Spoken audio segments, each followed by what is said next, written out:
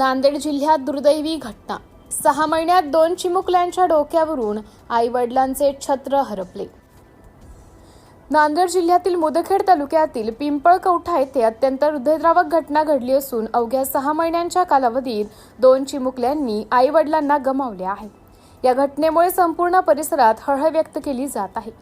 मिळालेल्या माहितीनुसार पिंपळकवठा येथील सुलोचना श्रीकांत माने वय 25 वर्षे यांचा सुमारे 6 महिन्यांपूर्वी विद्युत शॉक लागून जागीच दुर्दैवी मृत्यू झाला होता। पत्नीच्या निधनाच्या दुःखातून कुटुंब सावरत असतानाच आणखी एक मोठा आघात माने कुटुंबावर झाला आहे।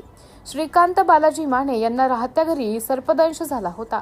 त्यांच्यावर उपचारासाठी नांदेड येथील कैलासवासी शंकरराव चव्हाण शासकीय रुग्णालयात दाखल करण्यात आले होते।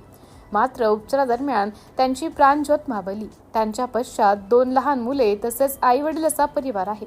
अवघ्या 6 महिन्यात आई आणि वडील दोघांचेही छत्र हरपल्याने त्या 2 निरागस चिमुकल्यांवर दुःखाचा डोंगर कोसळला आहे। या दुर्दैवी घटनेमुळे संपूर्ण नांदेड जिल्ह्यातून हळहळ व्यक्त केली जात असून संबंधित कुटुंबाला शासनाने तातडीने आर्थिक मदत जाहीर करावी अशी मागणी ग्रामस्थांकडून करण्यात येत आहे। सिटी इंडिया न्यूज साठी प्रतिनिधी जयप्रकाश गोंडशेटवाड, मुदखेड।